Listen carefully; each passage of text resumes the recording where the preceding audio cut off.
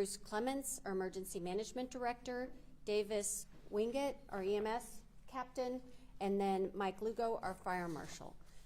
And then also after this, we'll have some emergency vehicles and road and bridge response vehicles outside for you to get pictures of. And so, Judge, I don't know. All right, is the sound good without the microphone? Does it sound fine? Would you rather not? It's probably easier not to use the microphone. Yeah, so, it's up to you. Okay, there we go. Judge You Sound. get the clipboard up there? Oh, Keeping let it? me get that. Sorry. Good call. Set it down. There you go. Well, good morning, and thank you all so much for being here today. My name is Steve Snell. I am the county judge for Williamson County, and it's my honor to be here today with what I consider to be the best emergency team in the state of Texas. Williamson County is very dedicated to public safety. Probably our number one priority is public safety. And so as we plan for the winter season and the potential bad weather coming up, we want our community to be prepared as well. We've seen in the past when weather does hit, challenges that are created for our emergency team, but also just for our citizens when it comes to getting supplies like firewood, non-perishable food items, water, and things like that. So we want our community to be as prepared as possible. And so we have some great information you're going to hear today. It is somewhat lengthy, but we will break it down into smaller chunks as well.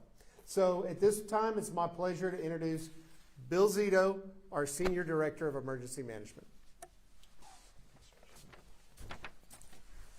Thank you, Judge. Bill Zito, Senior Director and Chief Emergency Services for Williamson County. The county has plans for all hazards the county currently faces, and that is our job.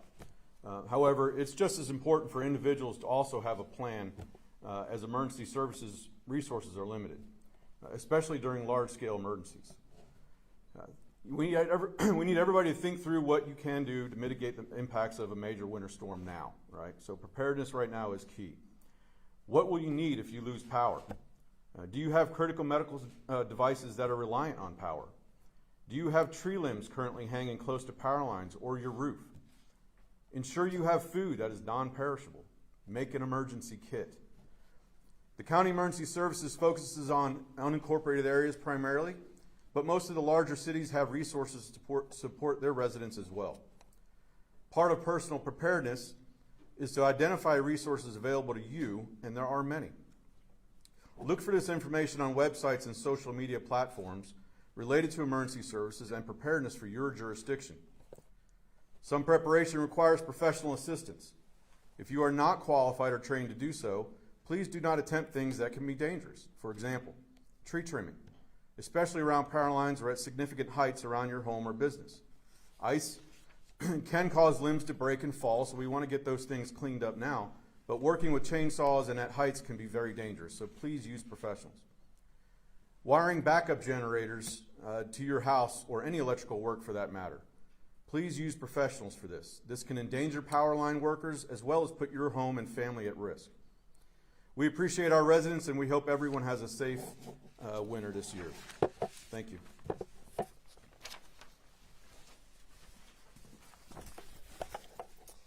Good morning.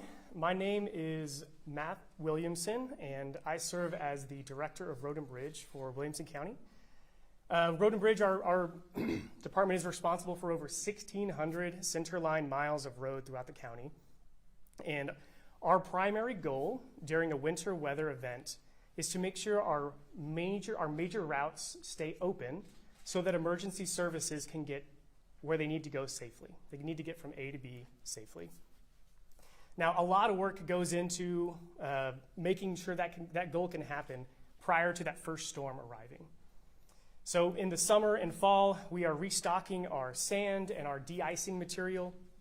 We are meeting with our office staff and field personnel to go over procedures, expectations, any lessons learned from previous years.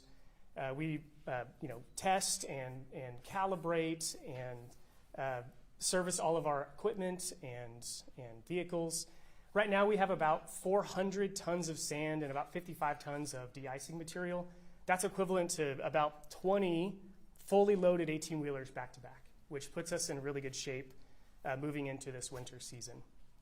So fast forward a little bit to a few days prior to our storm happening. That's when we establish our communication lines internally and externally. We load our equipment, get it staged, and you might see us out on certain areas of the county putting some pre-treatment down. And I do want to pause there for a second to talk about how the county handles pre-treatment.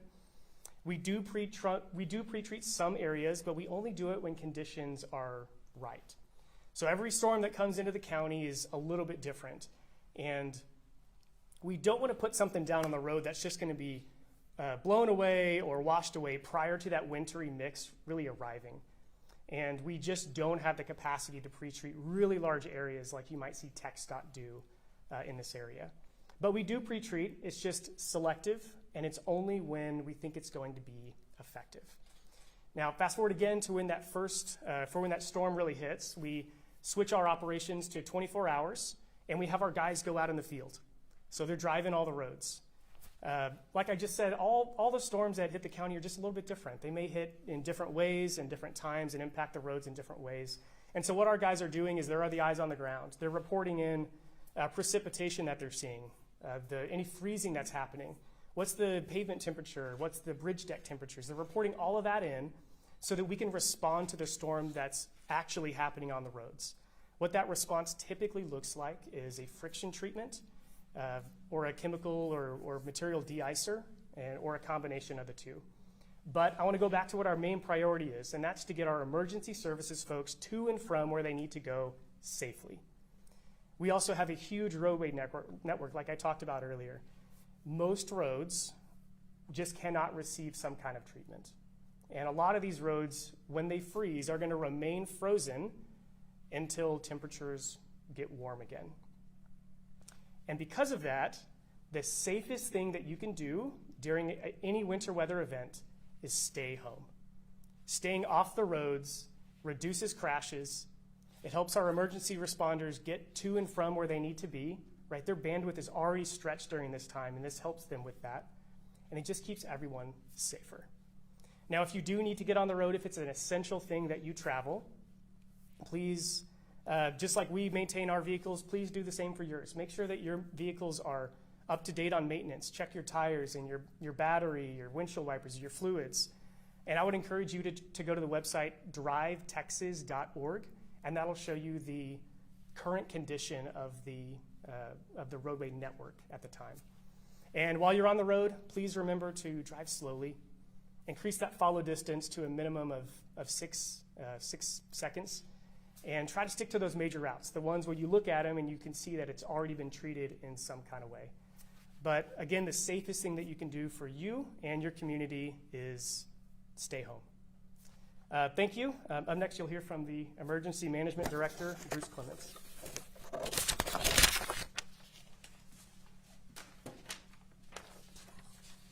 Good morning. Bruce Clements, Emergency Management Director for Williamson County. The National Weather Service is predicting that this winter is going to be more mild and more dry than we've seen in previous years, but that does not preclude us from having the potential for a winter storm. We also will likely still have days where we have freezing weather, particularly overnight and in the early morning hours.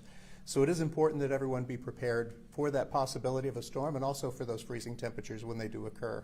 So we need to be ready for those possible short freezes. In OEM, in the Office of Emergency Management, we're continuing to coordinate with our partners. We work closely with the National Weather Service and keep informed as to any kind of changing conditions. We also work closely with our preparedness partners, with Road and Bridge and TxDOT, as well as with fire, police, EMS, and others. We will continue to push out notifications to the public through social media and other means when we get updates from those, from the National Weather Service and others. And our Emergency Operations Center is standing ready to activate as needed to respond to any kind of situation that may evolve. You've heard this before, the 4 Ps, people, pets, pipes, and plants. Particularly with people, those who are at greatest risk are the elderly and those with pre-existing medical conditions. So make sure if we have cold weather that you check on your friends, family, and neighbors who are elderly or who have medical conditions that predispose them to being at risk. Also, your pets, bring them in when it's cold or make sure that they're in a place where they can stay warm. With your pipes, make sure you wrap and cover exposed pipes and faucets outside, and also plants, cover them up or bring them inside. So stay informed, tune into your local news station and stay informed, and you can also sign up to get direct alerts from warncentraltexas.org, and you can customize those alerts so you can get them by text, by call, by email, so you can customize those alerts and stay informed. So also be prepared. We recommend kind of as a minimum that you have 72 hours of food, water, and other essential supplies. As we saw in 2021, there were people who had to go up to a week without having access to food and water. So make sure that you have at least 3 days, 72 hours of essential supplies and food and water, but preferably a week. So stay prepared, stay informed, and stay safe this winter. Thank you.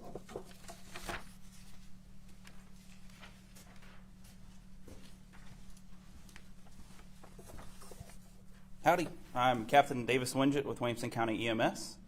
As we prepare for the upcoming winter weather, we want to share some information with you and a few tips and tricks to get you through this winter. Icing conditions will greatly increase the risk of falls, which are the most common cause of serious injuries during winter events. If the roads or sidewalks are icy, the safest choice is to stay indoors. If you must go outside, dress in warm layers, protect exposed skin, and know the early signs of things like frostbite and hypothermia. These can develop quickly, so please be aware of those. We also want to encourage our vulnerable residents to register for STEER, the State of Texas Emergency Assistance Registry.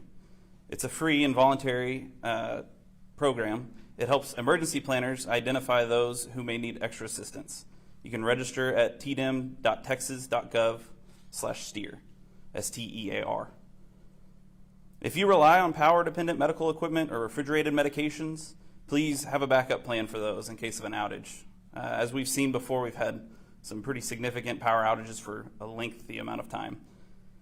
You want to also think ahead about your prescription refills and things like dialysis. If you need to travel or travel becomes unsafe, make sure you have a plan. Work with your providers to come up with something for that. And of course, in a situation of an emergency where you need help, you can always call us. We will be prepared. As you can see, we work with some of the best people in Texas, and we are prepared to take care of you guys. We just ask that you do a little bit to help take care of yourselves as well. Thank you guys so much for having us here, and take care and stay safe.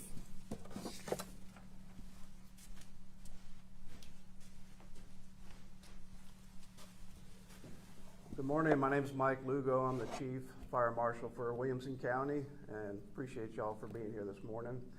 For my office, it's critical that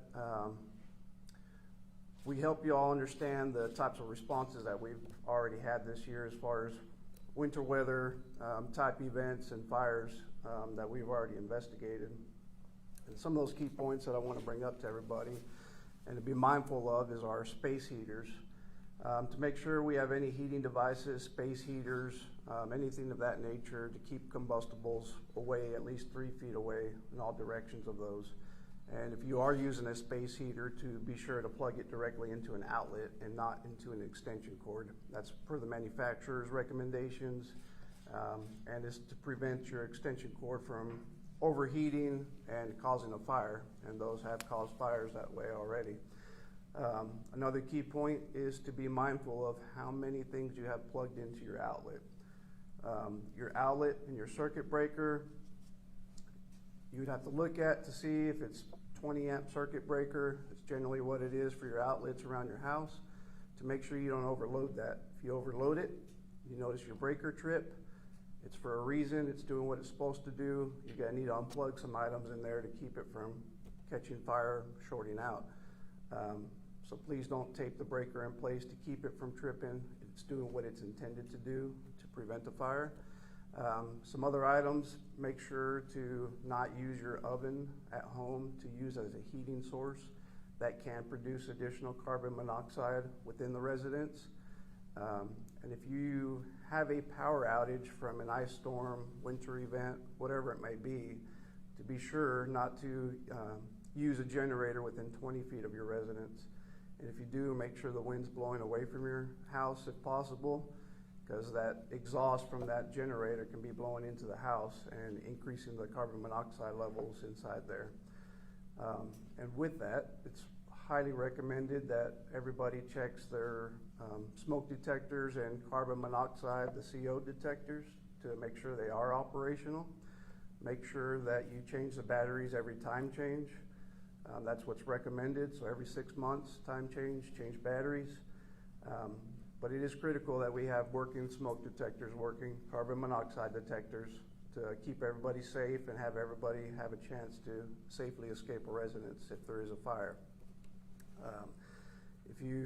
It's also recommended to have some shelf-stable products that you could consume in the event there's a power outage. Have at least 72 hours worth of water, crackers, tuna fish, items of that nature in your pantry available to you in the event there is no power.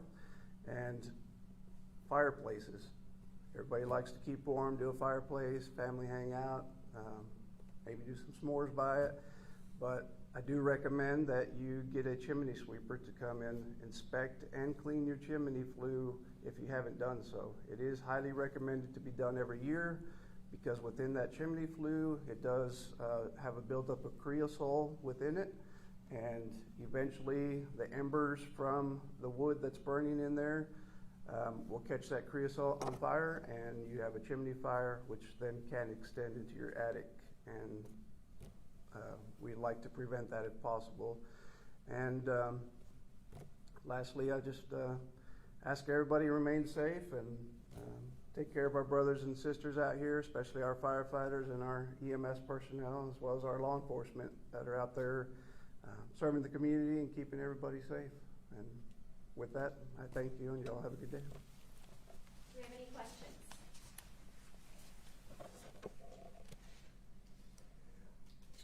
When talking about this year being a milder winter as compared to last year, what are some of the lessons that we've learned that people can keep in mind that are the safest and easiest ways to stay safe throughout the first couple of days of this winter or extreme weather? Yeah, that's a great question. And even though the weather predictions show a milder, drier winter, we can't control the weather. And weathermen don't always get it 100% right. So we want to work with the things we can control. And what we can control is planning for this weather. So when you have a beautiful day like today, this is the day to stock up on firewood. This is the day to stock up on non-perishable items. This is the day to go wrap your pipes. And I would also encourage the citizens of Williamson County to check on their neighbors, especially the elderly or the less fortunate, and see if there's anything they need today that we can shore up in terms of their homes to make sure that they're safe and prepared for bad weather as well. I fully expect we'll have a winter storm, and it's what you heard today. It's please stay off the roads. And a lot of times people get on the roads because they don't have those things. They didn't purchase them in advance. So as much as we hate to say it, just please plan while you're out doing your Christmas shopping. Don't forget to take care of yourself and plan for your family for bad weather. Those are the main lessons. Anything else other than please stay home when the weather's bad? We have some citizens out there. Maybe they don't have heat in their home. Maybe they need a shelter to stay in. So we'll have that information again available on our website. But our number one concern is with our citizens, in that we keep the roads and the paths clear, so when emergency responders do need to take action, that they're not having to avoid wrecks on the road due to the bad weather. Judge Snell and Mr. Clements, I know both of you have gone on record and said that the impacts of the flood will be long-term. For this winter season, have you guys discovered any potential effects on how the flood has impacted maybe potential roads or residential properties for this winter season? Good question. The roads have been fixed. And Bruce might have some more information, but we did have several dozen families that were displaced due to the floods. They might still be in temporary housing. So, until they secure that permanent housing, we're going to need to make sure that they have the supplies they need within our control to stay warm during winter weather.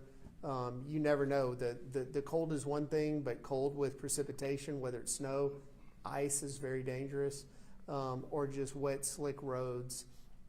Just pay attention. We had some of our team mentioned the traffic safety just when you have bad weather, and just please be patient, slow down, take a deep breath and stay safe, because nothing can ruin a holiday like a wreck or a house fire or things like that. We want our citizens to remain safe no matter what. Any other comments on those questions? I could add one thing. Sure. You want to come to the microphone? Sure. So following the flood, Williamson County established a long-term recovery group, and that group is very active still. We've trained up some case managers, and those case managers are working with the people who had the most severe impact to make sure that they have all the provision of everything that they are eligible for and everything that they need to get through the winter months. So we do have case managers working directly with those who are most impacted by the floods that will be available to help them through this. And in addition to bad weather, just the Christmas season in general, just practice some of those safe habits as well during the Christmas season as we decorate our houses and get in the Christmas spirit. Just make sure your extension cords are safe and in good shape.